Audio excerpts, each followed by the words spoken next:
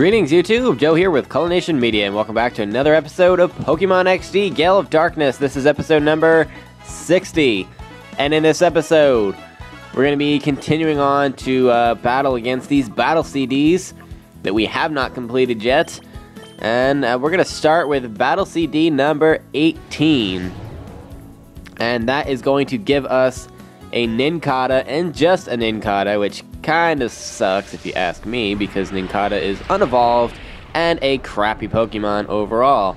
And that's going to pit this Nincada against a Farfetch'd. And thankfully it's only a Farfetch'd, but this can be kind of a tricky battle, and part of it does kind of come down to luck. But anyway, let's get into it here. Obviously, Farfetch'd is going to have the type advantage because it's flying. Well, part flying. It's also normal and flying. And we have Nincada here, who is a bug and ground type, and the flying type Farfetch'd does have the advantage over the bug type of Nincada. Farfetch'd is immediately going to go for the substitute, which gets rid of 1/4 of its health and puts up a substitute to absorb attacks. What you want to do is use Fury Swipes. Don't use any other moves, because what that will do is after the substitute is eventually broken, you will be able to attack afterwards because it hits 2 to 5 times. So if you attack 2 times and it breaks the substitute after the second time, every time after that you will be able to do damage to him. And there you go, and that'll just force Farfetch'd to just keep using substitute instead of attacking you, which can be really crappy if he does get to attack. That's the last substitute he'll be able to do. That takes him down to 2 health. And we didn't miss with Fury Swipes. The dangers of this battle are Fury Swipes missing because it doesn't have that high of an accuracy rating, and that can be a big problem if you do miss and allow Farfetch'd to get another turn. I believe he does have the Lychee Berry. I think that's what it's called. And that increases his attack in a pinch. So that could be a real problem because I don't know what attack moves he does have, but when his attack goes up, you're not going to have a lot of chances to survive it. So you need to count on Fury Swipes being able to hit, but that's all you have to do, so it's not that complicated. We get a guard special for our efforts in defeating that. Of course, that's not very useful for us. We're probably going to sell that. And let's see, let's do battle CD number 15 next. We still have a couple left to do. And this is going to have the opponent with a Torkoal, a Shedinja, and a Gyarados, and it's going to give us just a cast form. So we're kind of handicapped here. It's 3-on-1, and in addition to that, we have a 4-turn time limit to defeat all of his Pokemon. So we kind of have our work cut out for us here. At least that's what it seems like. The tricky part is going to be getting rid of that Shedinja, because you need to have a move that's super effective on it, and Cast Form surely doesn't. So let's see what we're going to do here. Well, Cast Form has Weather Ball, Rain Dance, Thunder, and Future Sight. So we're going to go for the Future Sight, which will attack the opponent 2 turns from now.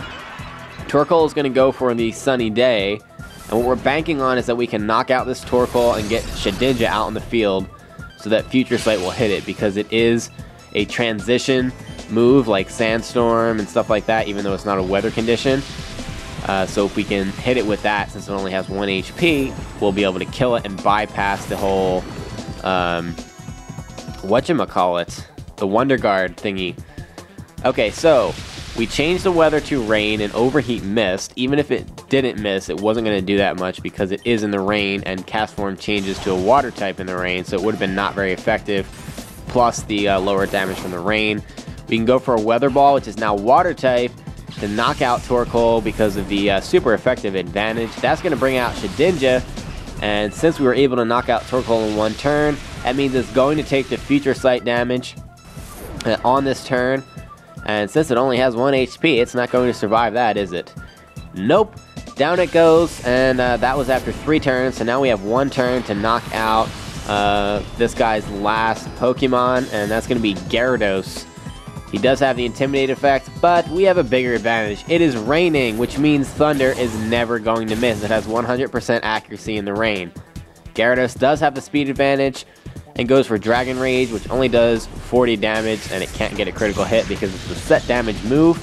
Thunder hits Gyarados for quadruple damage, and down it goes in one hit. And that is going to be it. Oh, that was a mouthful. But we took care of that Battle CD pretty easily. Make sure you do things in that order, because otherwise you just will not be able to beat the 4-turn time limit that is placed on you there. Yay, congratulations! And we get something that we can actually use from completing this Battle CD, and that's going to be a Revive. I use Revives more often in the handheld games, but because I don't have Pokemon Faint so much in this game, but that's okay. Can't have enough, right?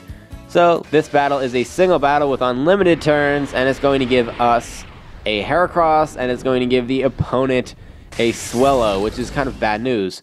Heracross is Bug and Fighting type, which means he has a quadruple weakness to flying, and that's what Swellow is.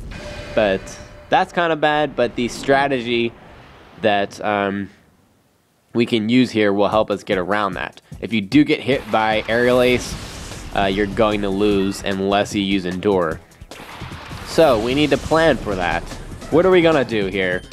This Heracross actually does have a good move pool with Mega Horn and Earthquake. We're going to go for Endure on the first turn, predicting that Swellow is going to go for Aerial Ace. Swellow is also faster than Heracross by quite a bit. So, excuse me, I almost coughed there. So, yeah, you need to be careful of that. Once you go down to 1 HP, the Salac Berry will activate, increasing Heracross's speed. On the second turn, though, Swellow is going to go for Endure, so if you use Reversal, it's going to bring him down to 1 HP, and he will be able to kill you on the next turn. So, go for Earthquake on the second turn, which will miss Swellow, keep his Endure at bay. The Salac Berry won't activate, so you still have the speed advantage, and you can knock it out with Reversal on the third turn, as you just saw. And easy peasy, lemon squeezy. That sounded really bad. Oh well. That does it for this Battle CD, though. We're just plowing through them. This is awesome. We're getting a lot done. Very productive today. I like that. Okay, so we get a Hyper Potion for defeating Battle CD number 12, which is always good. I actually use Hyper Potions, so I can't complain there. It's better than an Ice Heal, right? Now we're going to do Battle CD number 40. And this pits us in a battle against starting Pokemon. It's going to be Kanto versus Hoenn. It's single battle rules, so only one Pokemon on the field from each side at a time. And it's going to give us the Kanto starters, Venusaur, Blastoise, and Charizard against the opponent's Hoenn starters, Sceptile, Blaziken, and Swampert. And we basically just need to focus on type advantages here. This most of the time, this turns out to be a very good battle because the move pools of all of these Pokemon are very diverse, and it allows the Pokemon that should be at a disadvantage to not be at a disadvantage so much, or at least level the playing field. As you can see, Sceptile goes first because he's extremely fast and gets an Aerial Ace off, which is super effective on Venusaur. We're going to go for the Sludge Bomb, which is actually a stab move, because if you remember correctly, Venusaur is part Poison type, and that's super effective on Sceptile's pure Grass type. Doesn't quite knock him out, but he gets poisoned, which is really, really lucky on our part, so he doesn't get another Aerial Ace off, and the poisoning actually kills him there. He's going to send out Blaziken, which is the obvious move, and I said he, but it's actually she. Whatever. And instead of getting killed, because I'm predicting that Blaziken's going to be just a tad bit faster than Venusaur, I'm going to switch out to Blastoise, predicting a Blaze Kick. Yep, Blaze Kick it is. It's not going to be very effective. Hopefully that doesn't burn Blastoise. Ah, crap, I shouldn't have said anything. Ugh. Okay, I guess it doesn't matter too much, because we just won't use Earthquake. That's the only physical move that would be affected by the burn. Goes for the Sky Uppercut, which does a good amount of damage. We've got Hydro Cannon. That's a move you haven't seen before. And Frenzy Plant and Blast Burn are the grass and fire type equivalents of that. They're basically Hyper Beam. It has 150 base power, 90 accuracy, just like Hyper Beam, and it also causes you to have to recharge on the turn after. So you lose a turn, you can't switch out, can't do anything like that. And Swampert comes out as the last Pokemon and gets an Earthquake off, which obviously just decimates what's left of Blastoise. Alright, we're going to go for Venusaur here. Hopefully Venusaur goes first. If not, we could be in trouble. Nope. We go first. Okay, so we're going to go for the Frenzy Plant, which is the Grass Hyper Beam. And it is quad super effective, or 4 times super effective, however you want to say it, on Swampert because it is water and ground typings. So it takes them out in one hit. And that does it for that battle. We didn't even have to bring Charizard into the mix at all. So there you go. That's the easier of the two battles, actually. The Hoenn, when you have the Hoenn Pokemon, which is in the next battle, so that's when it gets a little bit more difficult. If you catch my drift. Okay, so for clearing battle CD number 40, we get a rare candy, which is something that I think I'm probably going to use. And now she's going to explain that once you clear side A, you are cleared to receive side B, which just reverses the attacking sides. And that's going to be battle CD number 41, which is the B side. I don't know why it's not like battle CD 40 side B, but whatever.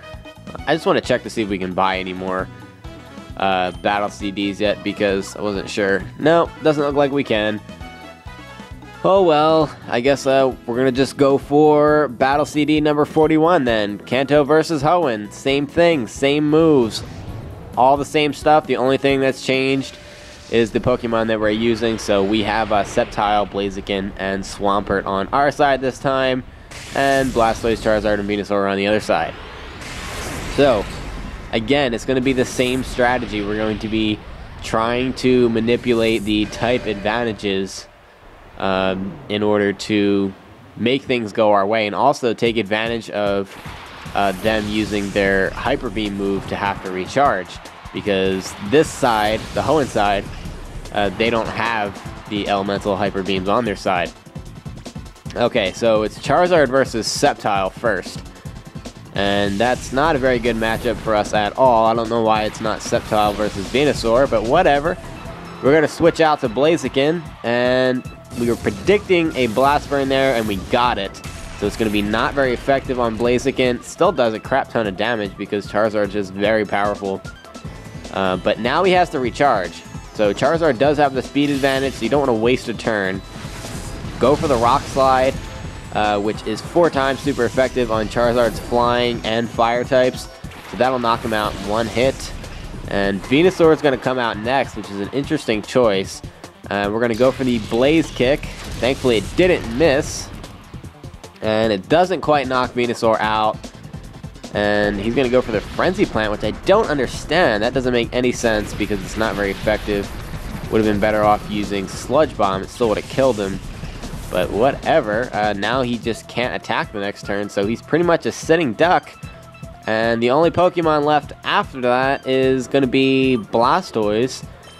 So I could bring out Sceptile, but I want to save him, especially because he's guaranteed to have the speed advantage over Blastoise. So if I get into a nitty-gritty battle with Swampert and Blastoise and Swampert ends up losing, Sceptile can come out and finish the job very easily.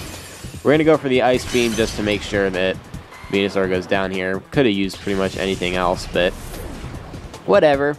It's all good. Blastoise is the last hope here, or her last hope. I keep wanting to call this bodybuilder a guy for whatever reason. Don't judge me. Okay, we're going to go for the Earthquake because it is a stab move, but Blastoise just has awesome defense, as you can see. And he goes for the Mirror Coat, which, again, I don't understand, because I'm not going to use special attacks on Blastoise when the only special attacks I have are not very effective on him. And he goes for the Mirror Coat again. Why? Why? Doesn't this Blastoise know Blizzard? I think it does. And it knows Earthquake.